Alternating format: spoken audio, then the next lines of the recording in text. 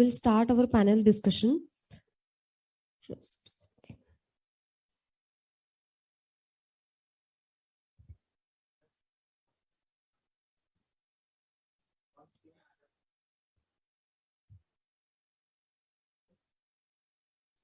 Okay, so here we'll be putting one case scenario, and we will see like how we'll complete. First, we'll have our oncologist view. Then we will see like how we deal. There are different options of the fertility preservations, and how again they will go back to the oncologist, and again they'll come back for the pregnancy. So this discussion will be based on cases, different scenarios, counseling, then options for fertility preservation, referral pathways, and ethical challenges. Okay, so I think we'll start with Sangeeta will read out the case scenarios, then we'll put a different viewpoints. So everyone, we will discuss about it, and then at the end we'll formulate the final summary on it. Yeah. The first clinical scenario. The patient details are 27-year-old unmarried women, asymptomatic, diagnosed with CIN3 on routine pap smear. The cancer diagnosis is adenocarcinoma stage 1B1. Okay, so the viewpoint is in cervical cancer, what are the possible causes of fertility loss? So I think ma'am can start with. Since she's 1B1, the treatment for her is the standard treatment is radical hysterectomy, VPLND, or radical RT. Okay, since she's unmarried, if she has a desire to fertility preservation options can be given to her. The first option is radical trachelectomy with in which only the cervix will be removed and rest of the uterus and the ovaries will be preserved along with BPLND. The other options for her is radical hysterectomy and the ovaries can be preserved. Yes. Okay. And then before like radical hysterectomy, how much time generally we will get? So can we go ahead with the like she's unmarried, so oocyte cryopreservation, so can we go for the stimulations? Yes, I think you can wait for that much time for oocyte cryopreservation. Yes, so at least for 2 weeks time. Yes. Because generally we require 2 weeks time, like 8 to 10 days time for the stimulation and the egg collection, oocyte retrieval. And she is young, so generally we will have the good reserve. Of course, pre-assessment we will be doing ovarian reserve testings like AMH and AFC. With that, if we get around 15 to 20 eggs at one cycle, so that definitely that will be good. And if at all we need to give one more stimulation, it can be successive. So maximum to maximum, it can be like 4 weeks time. So I think that much we can take in these kind of patients. Right. So I think any other points are for if later on, suppose in the advanced stages, if the radiation or something, sometimes we need to give the radiation in such a patients. Radiation issue is that for ovarian function preservation, you can do ovarian transplantation. Yes. So at that, so yeah. The only thing is you need to consult a radiation oncologist where to transfer. We need to know. So where is the portal, where are the radiation doses, yes, and then transfer. Sometimes what happens, we have seen the cases where ovaries have been transferred to the lateral pelvic wall, which doesn't make any sense. Because what we treat is the full arc or a box field or force field, then it's going to be in a portal. Okay. The function may not be preserved.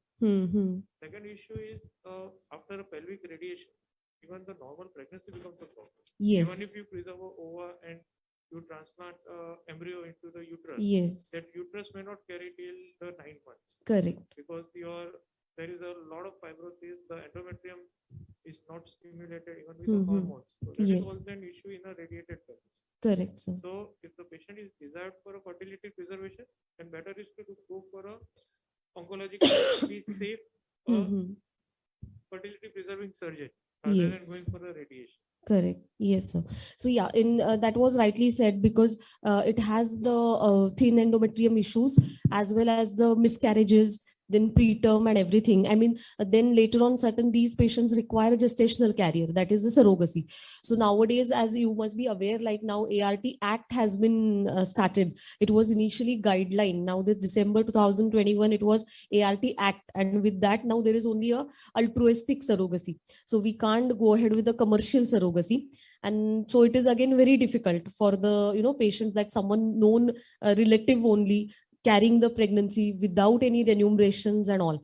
So it has become again very difficult. So yes, these things to be first initially discussed, like what would be her options of the fertility accordingly. And yes, so here definitely these possible causes of the fertility loss can be chemotherapy, radiation, or surgery.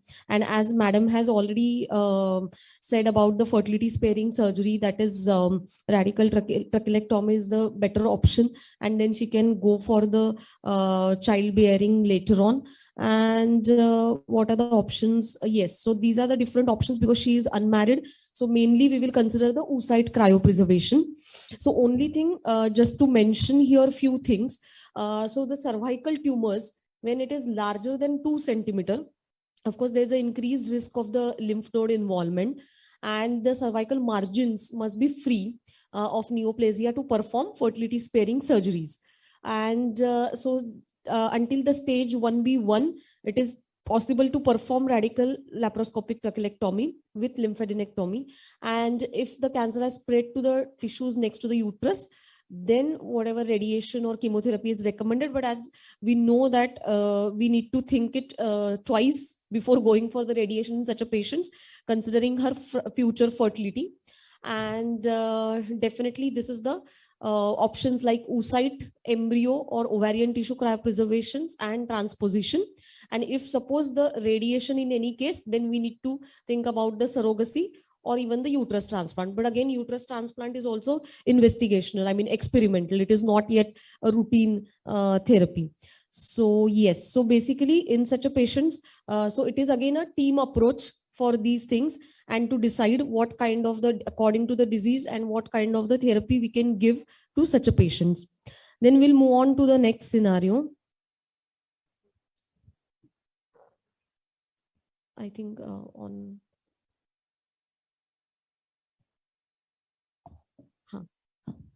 The second clinical scenario, the patient details are 15-year-old post-menarcheal girl. The cancer diagnosis is scleronodular Hodgkin's disease, stage 2 BB. So, sir, I think you can discuss about like how severe would be the risk of damage to the fertility potential in such a cases. Yeah. So whenever we are faced with such situation, this is a common situation. Hodgkin's disease or other lymphomas are diseases of young people, and where fertility preservation is important. So whenever we are faced with such situation, first of all, we determine their disease characteristic and figure out what is their prognosis from disease point of view. And as you all of know that Hodgkin disease has a very good long-term outcome, and fertility has to be given due consideration. Yes. Now next is the risk of infertility associated with the current available treatment options. The treatment of Hodgkin disease has radically changed over last 2 to 3 decades.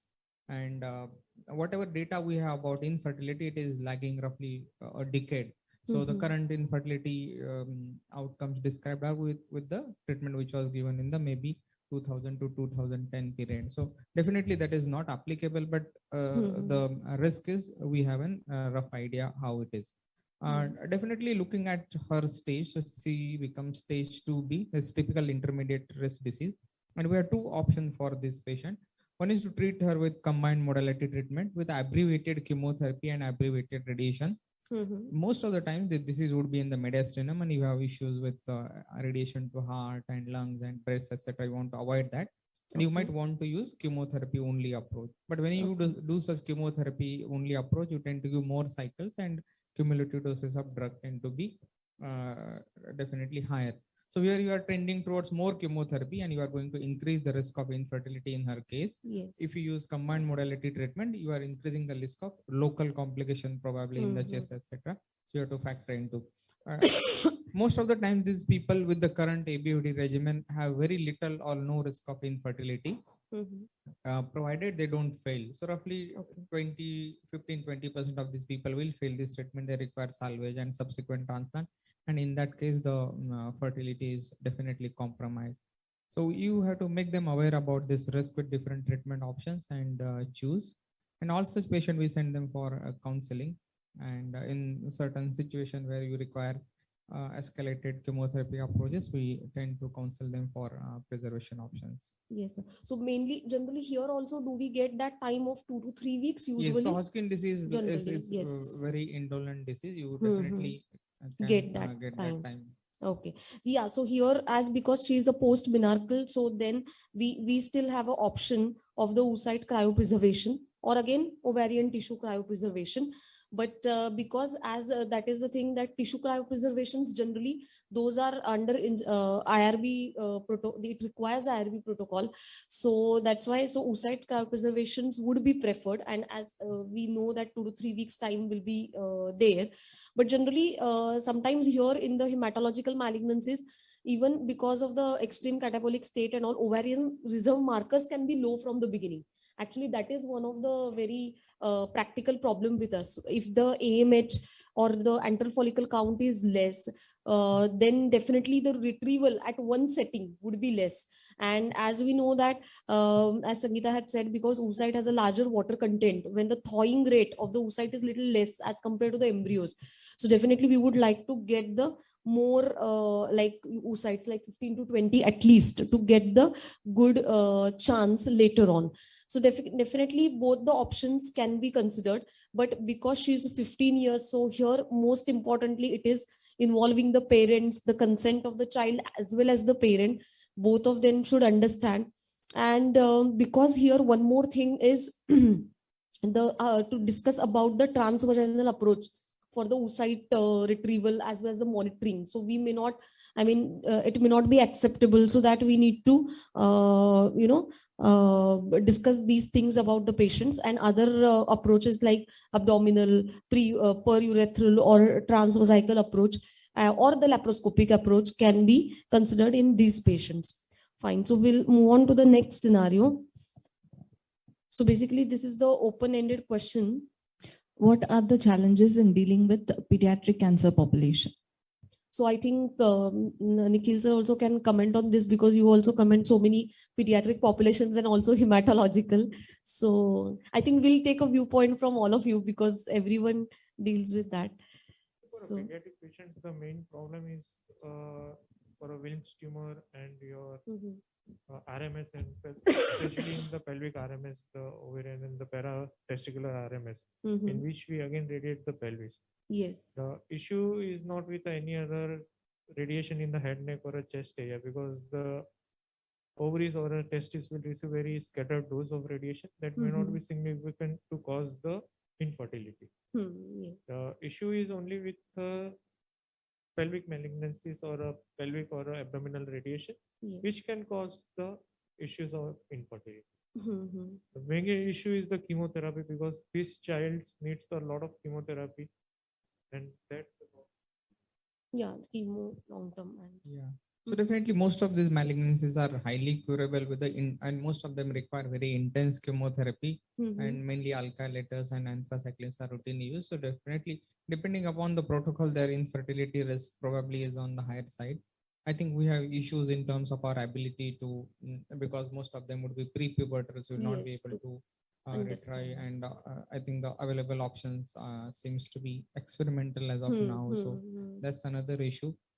I mean, definitely this is an issue. And second thing is you have to counsel and deal with parents rather than the patient. So yes, these are the certain issues. more issues. Yes, ma'am. Anything you would like to comment on this? Mainly counseling them, and Yes. especially in female patient, most of the like ovarian tissue cryopreservation Yes, is still that is the only option available. Yeah. So yes, mainly the yes, other sir. issue is to counsel the patients also, parents also, because we are talking about 3-4-year-old girl Yes. And you are talking about the fertility preservation for them being a Definitely, it parent. becomes very It difficult. becomes very challenging to Hmm. make them understand why we are talking and what we are talking. Exactly. So that is really very challenging. And I think for that, we require a specialized team, specialized counselors, and that to the mental health specialists and related to this subject, and as well as the child psychologist also. Because as they say, as far as possible, involve patient. When in such a population, it is not possible to tell the child. And then it is very difficult that parents are taking decision on behalf of their children for their future generations. I mean, it becomes really very challenging. And that's what. So that is one. And available options we have, as you rightly said, these are all experimental. So we require those settings like institution review board from the approval from the board, and accordingly go for. And definitely it is a difficult situation in front of them, and this gives the ethical concerns also. And important is about here, importance of the documentation remains, that is informed consents from the parents. So that is also very it should be very clear and accurate information, and about the storage, where it will be done, what is the cost, and what will be done with the tissue if the child doesn't survive. So it is very important to have these kind of documentations in the consent. Then who has the right to access these tissues, and for what purpose? And of course, this is also one very important point, that fertility preservation does not mean a guarantee that child will have a fertility in adulthood. That is also very important, as we are preserving both the things. Either if we, even if we are preserving, they still resume their fertility normally, and they will have the conceptions which are natural. They may not even require this. That is one. And secondly, even if using these kind of tissues or these gametes, they may not have the successful pregnancy. That is also at the same time equally important. And it is very important that it does not imply that child survival into the adulthood is certain. We are preserving the fertility, that doesn't mean. So it should not give the false sense of security to the parents. That is also very important to understand.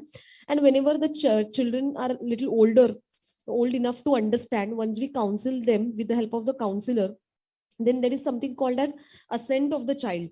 That is child will be given an appropriate information by the counselor and explain the procedure, and then that has to be documented. That is something called the assent.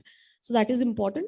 And this is certain situations where we require the help of the clinical ethical review board. So that we have already discussed. I will not go much into detail. So that's what. So these are basically the program workflows, like when the patient, so it is similar, like when they have the like any new patient, then they will consult, then there are coordinators. Then if there is no fertility preservation, that has to be documented. If there is fertility has to be preserved, then we will segregate into pubertal, pre-pubertal. If it is male, then testicular tissue, female, ovarian. Then if it is pubertal, then we have these other options. And male, we have the semen freezing or tissue freezing options. So generally, these are the workflow of the programs. So yes, that is very challenging, and especially the pediatric population, we get these challenges. But definitely then we need to find out these solutions, specialized units basically, and special program coordinator and counselors for that. Okay, so we will move on to the next. The fourth clinical scenario, patient details are a 23-year-old man. The cancer diagnosis is flow cytometry confirmed and immunophenotype consistent with acute myeloid leukemia, AML. So this is again a male patient with a AML. So how we can go about these? So again, AML is a heterogeneous disease. These are a spectrum where you can have a very curable malignancy like acute promyelocytic leukemia, or on the other hand, you would have a high risk acute myeloid leukemia, which will require stem cell transplant, which is kind of 100% infertility. Second thing is the medical condition also of the patient may be very variable. Sometimes they are very sick and you have to be like very prompt in treating them. Sometimes you have some time to do semen cryopreservation also. So given the ease with which we can do semen cryopreservation, if there is an opportunity, we are not going to waste this opportunity, and I will recommend doing semen cryopreservation in a garden variety AML patient. But at the same time, I will have a look on their hematological parameters. Yes, so definitely, like it's as you said, it is like an emergency. So we have to have like 2 to 3 maybe semen sample we can take and have the maximum. I mean that we can do in a shortest possible duration. And but yes, sometimes there can be a problem with the quality of the semen as well as the DNA integrity of the semen specimen. So that also we need to check. So that is again, of course, here we deal with the emotional stress, and sometimes there can be difficulty. Sometimes yes, there can be difficulty in giving the semen sample and all. And so if it is too much emergency, we don't have, or if the patient has a difficulty, then we can go for the surgical procedures like testicular extraction, or it is like a microtese or oncotese. But yes, when any time the surgery has been considered in the hematological parameters, so chances of the bleeding and the risk of the surgery, it is like again the increasing. So definitely the first preference would be the semen freezing, and with the 2 to 3 semen sample, I think that should be the thing. This is the additional options. Fine. So we'll move on to the next scenario. So the clinical scenario 5, where the patient details are 32 years, nullipera, mass in the left breast, 3 centimeter irregular, family history, where the maternal grandmother has a pancreatic CA, maternal aunt post-menopausal breast CA, and maternal uncle had melanoma. Cancer diagnosis is core needle biopsy revealed invasive ductal breast CA, ER positive 95%, PR positive 95%, HER2 new positive, and there were no nodes. So I think we can take madam's opinion on this. So for these patients, what challenges we would face? She's 32-year-old. So she has a family history where grandmother had a pancreatic cancer, which belongs to BRCA spectrum. So though it is not triple negative cancer, but still would discuss the option of genetic counseling and BRCA testing with this patient since she's 32-year-old. Now, when we offer her fertility preservation option, we have to know whether she's married or not, whether the option of embryo cryopreservation exists. Yes. And if she turns out to be BRCA positive, then we have to discuss with her that there are 50% chances that the cryopreserved embryos might have BRCA positive chances. Yes, so that also. So here is the role of the genetic counseling, which is very important. And then if it is positive, then we can discuss the further thing, that is nowadays pre-implantation genetic testings on the embryos. So we can at least give them an option and accordingly do the PGD and cryopreserve only the competent embryos. Rest embryos can be discarded. Here, from our point of view, I need to add on like what special precautions to be taken during ovarian stimulation, because here it is like yeah, ma'am, sorry, you wanted to yeah. But she's HER2 positive, so the cancer is HER2 driven rather than ERPR driven. Okay. But still maintain the estrogen levels to lower level. Yes, but that it is is HER2 positive. But cancer. yes, so that is one. But definitely, so just to add on from our side, so there are we use nowadays a protocol with a letrozole and all to keep the estrogen level as low as natural cycles during the stimulation. So very important point here I want to discuss about is the stimulation protocol. So it is not like always, so generally that was sometimes it is mentioned by the oncologist, no, it will be difficult, like how we can go for the stimulation in such a patients. But when we start the stimulation, throughout the stimulation and even after the egg collection, we continue this letrozole, which is aromatase inhibitor. So definitely it will reduce the estrogen level. Usually in the normal stimulated cycle, estrogen level can reach as high as around 2500 to 3000 picogram per ml. But in a natural cycles, it is generally around 150 to 200, maximum to 250 picogram. So with the letrozole, we can maintain that low of the estrogen without compromising the oocyte quality and the number and the M2 rate, that is maturation rate. So this is very important. So that we can realistically do. So definitely these kind of patients we can very well, that is something letrozole based stimulation protocols. So that is very important. So just from my side, I wanted to add, nowadays, initially there used to be a long protocols, which was known as GnRH agonist based, which used to take 3 weeks. But nowadays, with the use of the GnRH antagonist, we have the protocols where we can use, we can do the stimulation as low as 8 to 9 days, maximum 14 days. And this will suppress the internal LH immediately. And this is generally started from day 5. And in such a patients, generally we prevent hyperstimulation, because same again, in the cancer patients, we don't have to add on the complications. So we need to prevent the hyperstimulation. So these protocols are used, where we can even again continue the GnRH antagonist after the stimulation till they start the chemotherapy or whatever further treatment, so that to make sure that ovarian hormonal milieu remains, normalizes faster. At the same time, we can give the agonist trigger, so there is no hyperstimulation. So this is very important availability nowadays. And what would be the differences, just because they are the cancer patients, because there's a affected function of the HPO axis.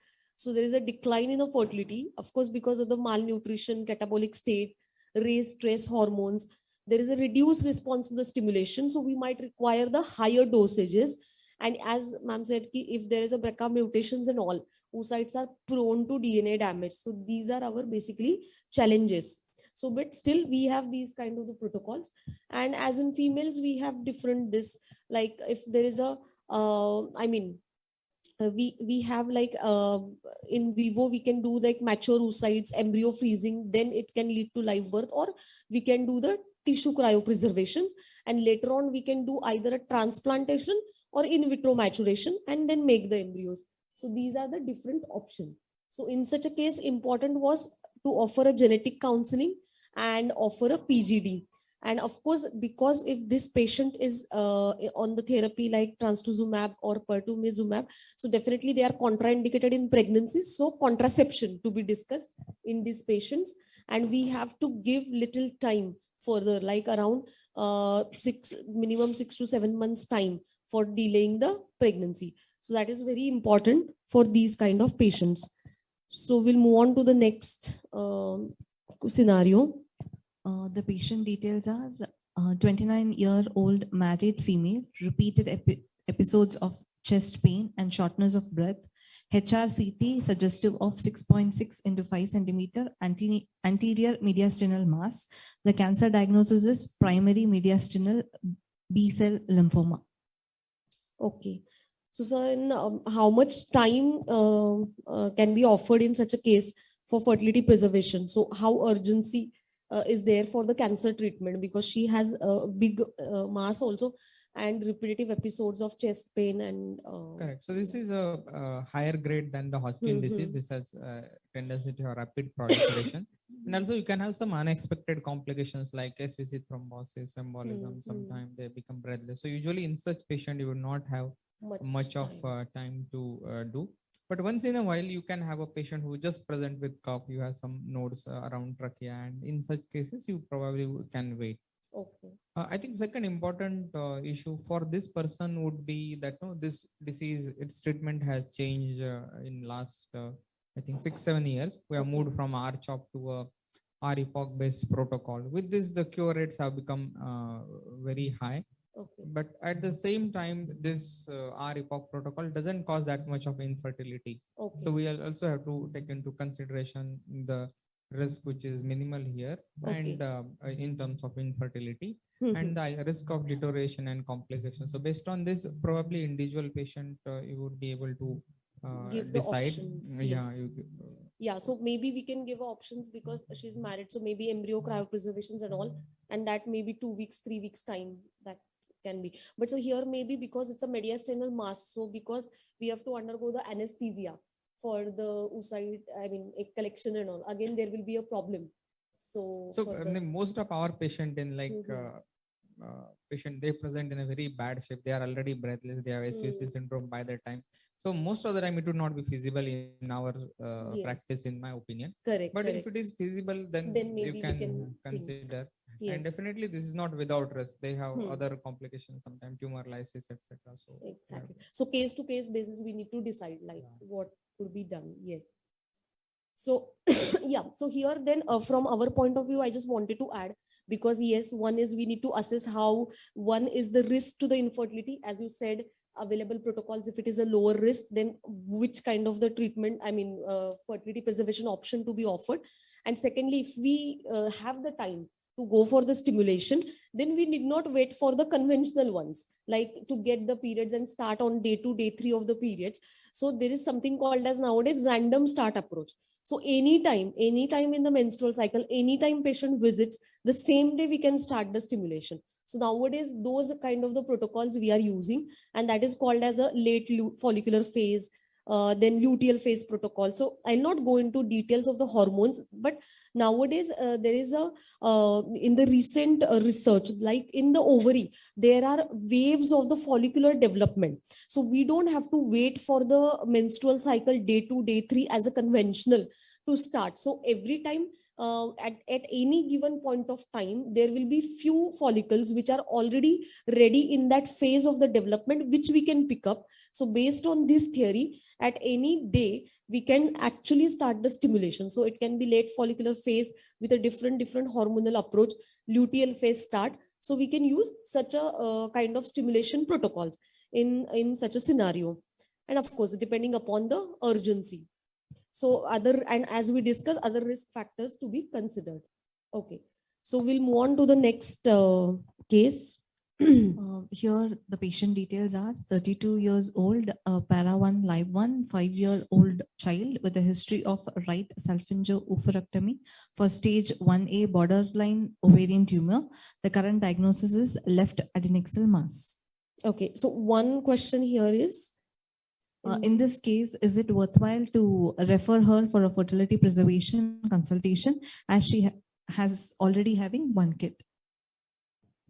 Of course, we have to discuss with the patient, but I would Yes. not really opt for it if the decision is up to. Yes, it is up to patient. Yes, but we need to tell. So it is like, so even as per the guidelines, like even if patient is having one kid or even if 2 kids, at least we need to discuss that with the patients. Yes, these are options are there, and ultimately the decision lies with them and we have to follow. But at least we should discuss, we should document with us, yes, these options were given, and then accordingly. And yes, if suppose she wants to go for it, then how we would go in such a case? Depends on the size of the mass. Yes. Whether can we remove that adnexal mass without rupturing it? Since she was already a borderline ovarian tumor, Yes. my next suspicion will be recurrence in the other ovary. Might be borderline or might be an invasive cancer. So every attempt to be given to preserve as much as ovary, but remove the cyst without rupturing it. Yes. But that becomes very difficult. Practically becomes difficult. So if we get any tissue, of course, we would like to preserve that. And at the same time, so definitely it becomes difficult. But if there is a cancer in that ovary, I don't think so. That becomes ethically right to conserve the, because yeah, correct. So if there is a cancer, and that we will come to know by the scans and other maybe, and no, then you will come to know only with the histopath, sorry. Yes, not on this, but histopathology, if that is there, then there is no point, at least preserving those and retransplant. When we transplant, auto transplant that, then definitely there is a chance of the recurrence.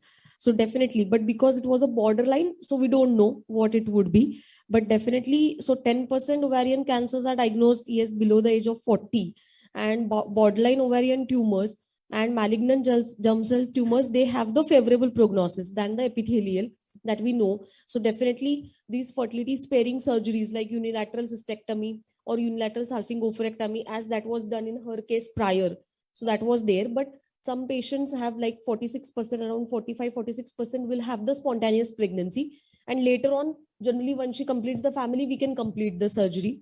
And so this one, there is that in cases of the ovarian cancers, so there are these safety concerns. One is for the hyperstimulation, then oocyte retrieval also, and as well as the ovarian tissue cryopreservation and autotransplant, as we said.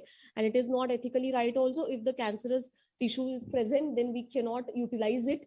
But then still, if there is, then further we need to always, we can discuss these options of the third party reproduction, like using a donor eggs or maybe adoption. So those options are at the end always there. So there is nothing like there is no hope or something. It is not like that. So those options are always there. But here we are trying to give as far as possible their biological child. But if not, these options are always there at the end. Yeah. So the next clinical scenario, patient detail, 22-year-old woman, nulli gravida, current diagnosis, recurrent Hodgkin's lymphoma requiring bone marrow transplant as early as possible. So I think, sir, you can give. So even if she requires transplant, I think we can spare 7-10 days for stimulation and correction. So because the high dose conditioning is going to be universally associated with infertility. So definitely, if feasible, I will like to offer her. We can get that much. But sir, about the before transplant, we need a radiation, and for that, so we get that much time for the interval. Yeah. So Hodgkin's has a very slow growth of. Okay. Yes. It should be, but it obviously will matter what was her previous treatment. Has it rendered her already infertile? Are you able to do that? Okay, yeah. But usually we will get the time for the oocyte cryopreservation. So definitely. So yeah, so definitely the treatment of this, it is, yeah, as you mentioned, it might lead to the premature ovarian failure and all that. So there is that, if the time is permitting, we'll do the oocyte cryopreservation, or even we can go for the ovarian tissue cryopreservation. But here also, again, in the lymphomas and all, involvement of the ovaries has to be again confirmed. So, sir, based on this, what is your opinion? Like every time? So, yeah. So I think this is a very broad statement that hematological malignancies, the ovarian tissue transplant is associated with risk of reseeding the body with the tumor. But I think it will vary from disease to disease. For example, Hodgkin disease, it tend to be in nodes. So I will not be really worried about that. Even the literature about the recurrence of cancer after such kind of this is divided. But definitely for hematology, blood-borne malignancies like leukemias, etc., and where you are collecting such tissues before treatment, so there would be higher risk of reseeding. So it definitely should be avoided. So, sir, in that case, is it right that we should go for the MRI or PET for before life? But you still have microscopic evidence of disease like that. So it would be associated. Yeah. And second thing is, we are at such a juncture that no, this is probably the last treatment option for her. If she fails, she is going to, whoever is going to lose her life. So definitely we have to be very careful now. So it all depends upon the stage and exactly what is the malignancy, and then accordingly we can decide. Correct. Yes. So okay. I think another issue is, like, we always speak about fertility, but also sparing their hormonal function, especially in females, is very important. And many times our post-transplant patient, they are on hormonal replacement, etc. So maybe for that, can we do something like for such patient? Yes, we can go, because they undergo premature ovarian failure. So definitely they have the symptoms of the early menopause, and that is because of the less estrogen. So in such a patients, basically we start the HRT, that is, natural estrogens, and then to restore even their menstrual function, because of the same they will have the irregular menstrual problems, and sometimes they may not have like early menopause. So till the age of natural menopause, till the age of the 40, we can start them on a HRT based on their, so we'll be doing their baseline assessment first. What is the risk of giving the estrogen? So generally, if there is no hypertension, no other high risk factors, no history of the stroke and other problems prior, then definitely we can give. And with this HRT, they have the very good normal life. And sometimes they have the even sexual dysfunctions because of the dry vagina and other problems. So we give the local estrogen creams. That also works very well. So these are all, again, there comes these kind of the counselings, gynecological, support from that, and the counselor supports. So we can do usually these kind of things. similar to what we use for Yes, sir, same, similar.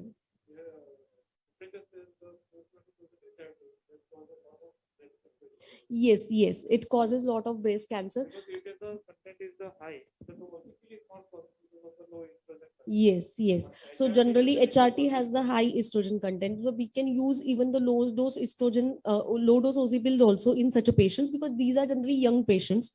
So it is said that ideally it should not be used after the age of the natural menopause. So till the age of the 40, we can use it because it's a premature. So later on, we will not have these problems in them.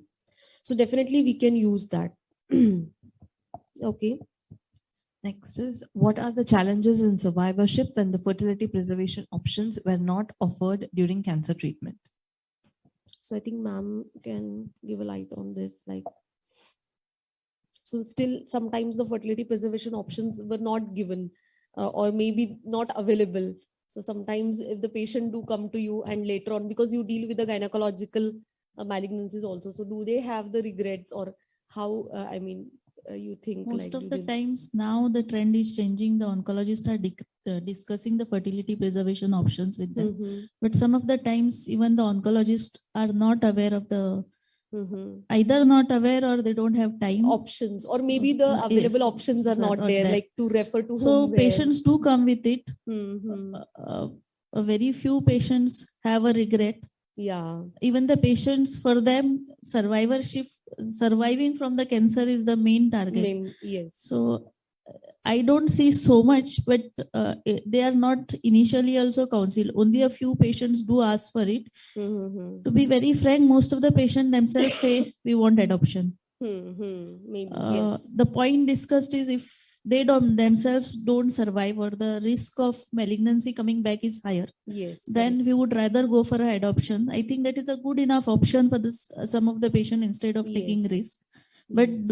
we do have to discuss these options with them. Correct. So it is person to person variation, and it is, I think, it depends on how different people will take it differently.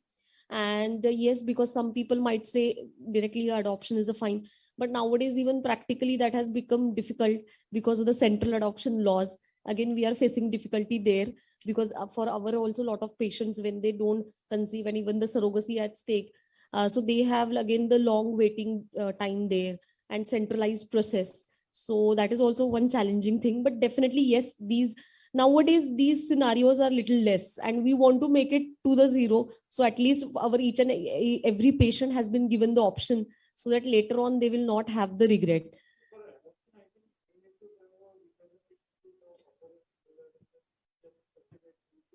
Yes, that can be done, sir. Yes. Hmm.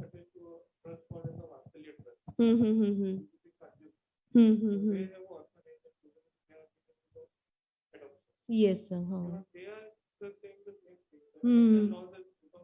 Very, very difficult. Yes, sir.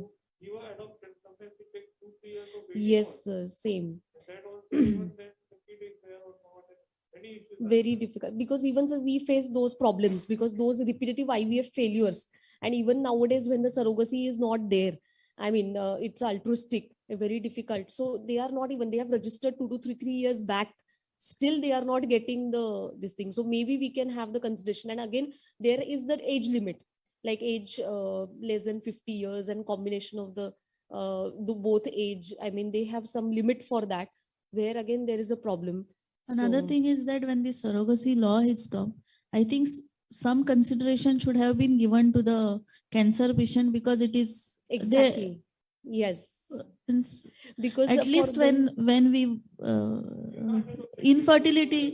infertility specialists were asked to give some explanation or Yes, something ma'am, till it 3 months, is, yeah. but have this point been brought up or not? Because none of the gynae oncologists were in the In the forum. committee, yes. Yeah. Nothing has happened and nobody has put forward this word, but it becomes very difficult to counsel these patients when they can't go for surrogacy. Exactly, ma'am. That was similar. There were a lot of things. It was a case against, it is still going on. People are putting these points. It is just a one-sided law, because yes, that was like to prevent whatever was going on with the celebrities. If you are doing surrogacy for second or third kid, it shouldn't be. It is not a luxury. but it's a kind of a treatment for really needed people. Sometimes if the uterus has been removed, there's a congenital absence of the uterus, kind of these patients, cancer survivor, where uterus has been either removed or there is a radiation, post radiation, then these are the real candidates. And no one will be doing, I mean, family person doing surrogacy. Most of the people, they hide it from the family. I mean, we have seen so many people that they can't tell it to the family. We help them, okay, fine, and they take it forward. So it is really difficult for them. I mean, so definitely that is going on. We just hope that those amendments will come, and that will be, there will be help. Yes. Yes. Different, and it's a social stigma, because then people will not accept that child, and for which we are doing it to create a happiness. So there will be again a big social problem to the child, that we don't want to introduce any psychological issues to the child itself. So definitely it's a one-sided, and I think, yes, as you rightly said, this point has also to be added. What about these patients of the cancer survivors, those who are requiring these kind of options? So this is the kind of a treatment for them. No, it's not a luxury. So that is also taking care of a proper. They had one point also, if the surrogate mothers are getting exploited, but actually it is not. They are getting that compensation. We are taking their insurance. We are taking a good care of them. So with this all regulated thing, definitely we can do for the indicated patients, but not non-indicated patients. Like, exactly. So first, yeah, and indicated, like if some uterine factor, not just like, so I think those points to be added. Let's see if few amendments can come up. So we'll also put forward. I mean, people are doing it. Associations, fertility associations are putting forward it through the lawyer and all. So let's see, we are waiting for the same.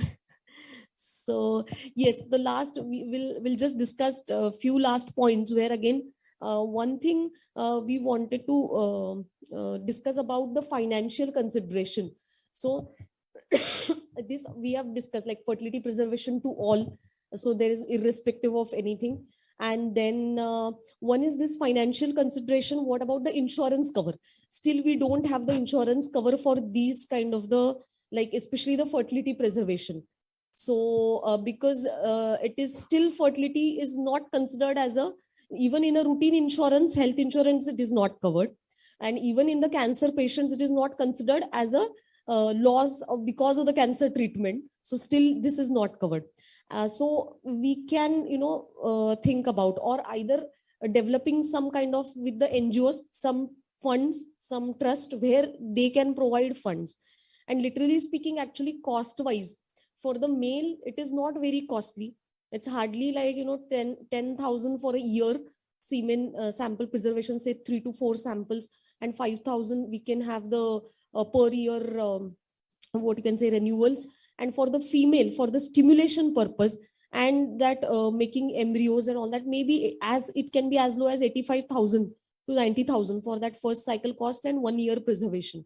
So I think we can do something for this, where either insurance companies to cover it, or I think some charitable, some NGOs and all, maybe. So I think then the financial burden will be less. So that is one, maybe It's we can. surprising why they should not cover it, if it is because of cancer causing infertility, no? Yeah, Forget it about is, cancer and fertility treatment. Otherwise, also fertility treatment is never covered. Forget about fertility treatment. How much of the obstetrics is covered? There is a gap line for every 50,000. Yes, After yes, 50,000, capping, none of the yes. insurance companies cover the No. obstetrics. Yeah, even that is, they are not covering. So I think But these are that's the a things. surprise. Why it should be? No, it's a disease. Even if you see the institution coverage, whenever an institution gives, even they don't cover. Up to 50,000 is the limit that is given by most of the institution. So this discrepancy is always there in a system. I think they should fight it out with all these things and get it sorted out. I think that is very much needed, because otherwise this won't be this promoted. can be fought. So one of our patient had his claim been rejected because it was labeled as steroid induced diabetes, and ultimately he was destined to develop diabetes, and he was told that this cannot be covered. So this was dealt in consumer court, and the final decision was to cover it, because this started with the treatment for cancer. Correct. It led to And aggression, and it was covered. So if maybe individual I patient think can we be should asked to. yeah, Even that the has to be. insurance form, when we operate, insurance form by mistake, if it is written patient is nulli gravid, even Still for they the will not, even the correct. oncological procedure is not covered. Claims get rejected. Because then they seems that We it have is to give fertility multiple related. explanations saying that this treatment was not for fertility. Yeah, they require a specific sentence like this, ki this was not done for the fertility kind of thing. So that is one, yes. So something has to be done for that. So that point has to be fought for, like why there is no cover. There has to be a cover of these cases. I mean, But there's something frankly speaking as a weird one. Because my sister is a mentally retarded. So I wanted to buy a medical for her. So I approached almost all insurance companies. They just say we as a policy we don't issue medical to a person who has a mentally disability. So I was fighting with them but in a way. She can get a fever, she can get a pneumonia. So at least you need to cover for this. If she has some issues with mental retardation, then you don't. But you can't reject a medical policy just because she has a mental retardation. correct. So then I think I was doing it in 2018 or 19. I had written to PMO also. Okay. This is what is happening. And after I think 2 years, they have now changed. Okay. So they are allowing to. So only one insurance company agreed to issue me a policy. That too with a 30% copay. So I was the primary insurer. He had the added. And then for her, I need to pay 30% as a copay. Correct. And that too only 5 lakhs cost. I was like, for 5 lakhs, if I'm paying 1.5 lakhs as a copay, then it doesn't make a sense. This 5 lakh limit is for every, if you have got a MI also, they will not renew it. They will keep it only at 5 lakh. You will not get more than 5 lakh. That is an issue. So see, for a normal, they may be saying you can buy whenever you want. But for a special condition to get an insurance cover is really fair. Yes, exactly. So I think then that is the challenge, because then here, as it's a critical timeline, their main focus is of course the cancer treatment first. That is the primary focus. These are all collaterals, secondary. Then it becomes difficult, and then these challenges are not taken care. Then definitely there will be, people will not be encouraged to go for this. At least if this is covered, they are getting the financial funding. So at least they might think of this. So maybe I think some either a insurance or some private trust or NGOs can have the funds and maybe provided the fundings that has to be, thought for. So that is one. And another, of course, this we have discussed, like there are usually disputes over the frozen gametes, embryos and tissues. So then that has to be properly documented, what can be done after the death of the patient and who has the right. And of course, the same, that is posthumous assisted reproduction also, the posthumous reproduction. So what are your opinions like on posthumous reproduction? Like if the consent is been given, how, yes, ethically, as per the guidelines, what they are given, if the properly documented, we can go ahead using the gametes. But what are your personal opinions like? It depends on the family members what the other partner wants to do probably. Yes, I think. But yes, documentation plays a lot of role. So if the documentation has been given, anything, sir, you want to comment? Yeah. So I think leave this ethics and regulation apart. I don't think if the person we are there to prohibit this. And as you said, there is a lot of hurdle documentation, and sometimes this has typically happened with a treated patient who lost a male relative and a female partner wants to go ahead with the pregnancy. Yes. And it is not easy. It is, I think, long legal battle, I guess. Yes. Yeah, but definitely that is one, and social also problems. But my personal opinion, if the person want, he or she should be allowed. Yes, ideally, that is true, because that's what I wanted to discuss. One case that we had currently posthumous this thing. So this was a couple of 42-year-old female and 48 years old male. So they had a IVF cycle, which was failed, first IVF cycle, and after that, husband expired. But at the time of the first cycle, we had the sperms frozen. So that was always in the IVF cycle, we freeze as a backup sperm. So that was frozen, and we have the detailed consent formats as per the guidelines.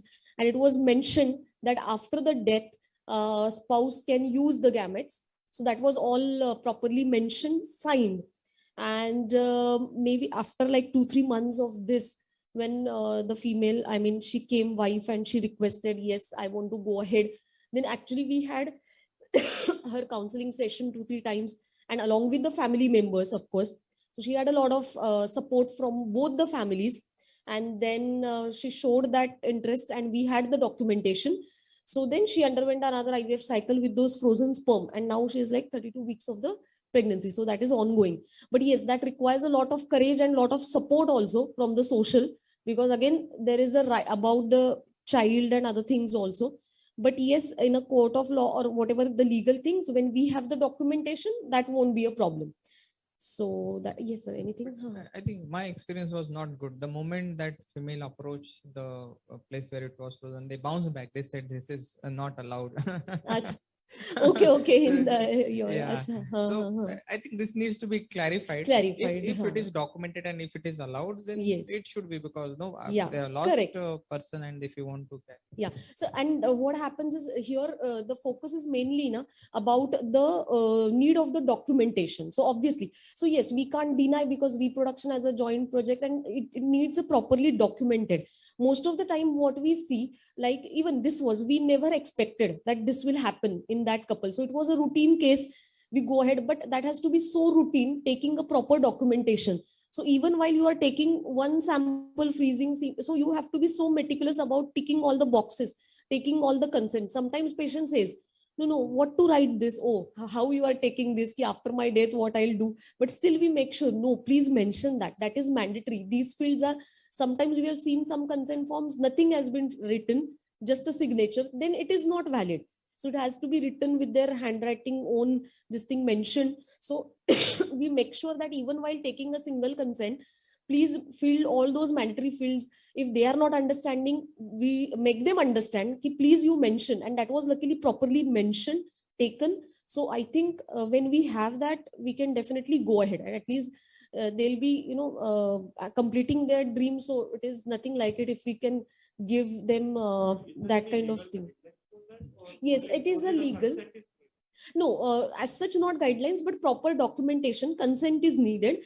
And as per our fertility guidelines, which comes under a law, we have a particular format for freezing the gametes, those consents. And there it is specially mentioned, like what is to be done with these gametes, either embryos or egg or the sperm. In case of the death, what you would like to do, either a discard, or you give it to allow your partner to use it, or donate. So those you have to fill accordingly. So those are as per the guidelines. We have those consent forms accordingly. What about if there are Unclaimed, then we have to discard. So yes, it is like, it is properly mentioned that for this storage, we have like every year renewal. So we approach the patient, okay, now this is the renewal part, and they have to pay those fees, which is very minimal, 5,000 rupees per year it is actually.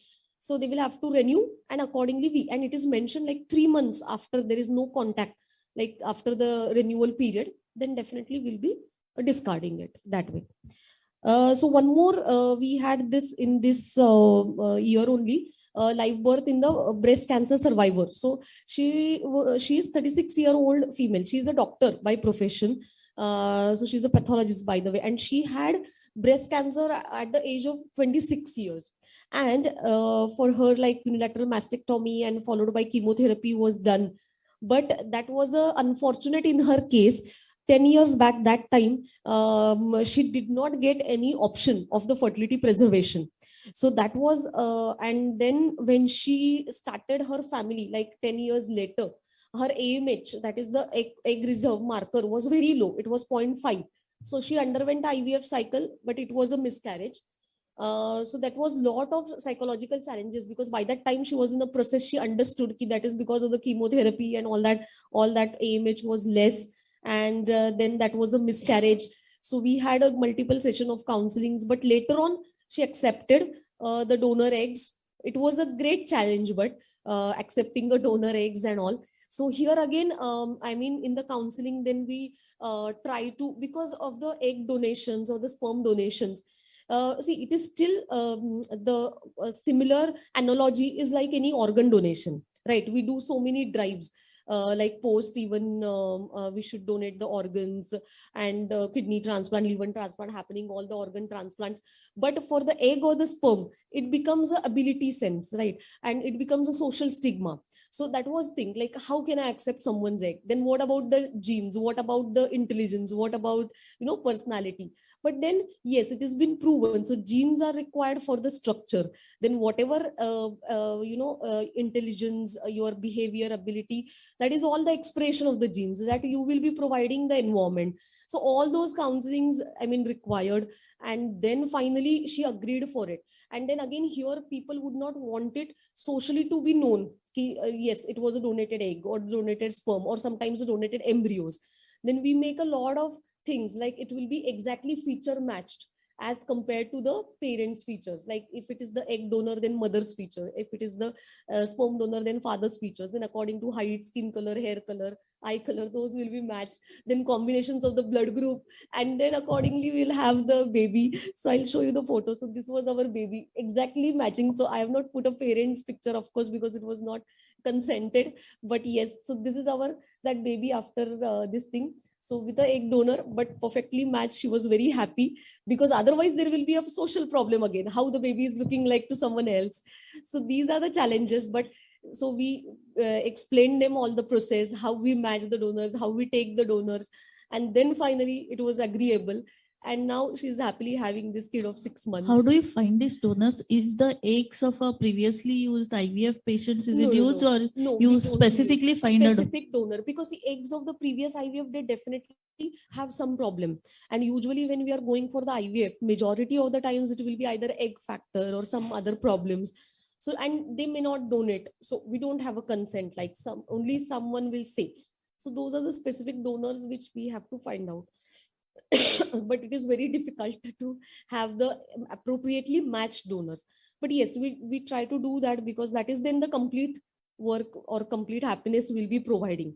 Otherwise, just getting a baby and later on if having these social problems, then they will never be happy on all these lines. So basically that was the thing. So that's why as far as possible we try to give own biological child. I think that is much easier, and if not, we have all these options that way. So yes, with this I would like to conclude, because already almost we are at a closing time. So this was one study where it was a pregnancy and time to pregnancy in the cancer survivors. So this was a nationwide study in Dutch females. So definitely in the cancer survivors, what they observed was, yes, there is a definitely longer time to conceive, but there definitely they did not have any increased risk of the miscarriage or stillbirth or induced abortions, but they have the increased risk of the delivering preterms and all. So there is, even in the cancer survivors, we can have the pregnancies with a good outcome, with a proper care which we are providing ultimately. So finally, our goal has to be, so at the end, I would like to conclude, we have to form a good oncofertility setup where these would be the characteristics, like no delay in the appointments. So we should have a good coordinated team effort. So time to time coordination with the fertility and oncology team, good navigator, and then the customized stimulation protocol, either random start, low estrogen protocols, then advanced cryopreservation unit, basic to advanced fertility treatments having under one roof. Everything should be one roof. Patient should not be again and again going to one place to other place. And availability of these services 24/7 with a dedicated team. And at the same time, genetic testing, genetic counseling. So we require a team setup, a model of care where all these coordinated efforts should be taken by both oncological team, fertility team, and again going back to the after cure, again completing pregnancy. So that has to be taken. So I think we should make an effort to form such a teams. Hopefully we'll be doing it soon. So definitely I am ending the session with a quote that I am realistic, I expect miracles. Let's see how we can formulate all this. So thank you so much. I thank all the organizers for giving us opportunity now the third time conducting this workshop, and I am very thankful to Dr. Sampada ma'am, Dr. Nikhil sir, Dr. Vausap sir for attending and giving enlightening information about this topic. Thank you so much. Okay. So I'll end the session. So just to mention, we have the last time we had inaugurated this our book Oncofertility Manual. So if anyone wants to read in details, of course it is available. You can go through. Thank you so much. Thank you.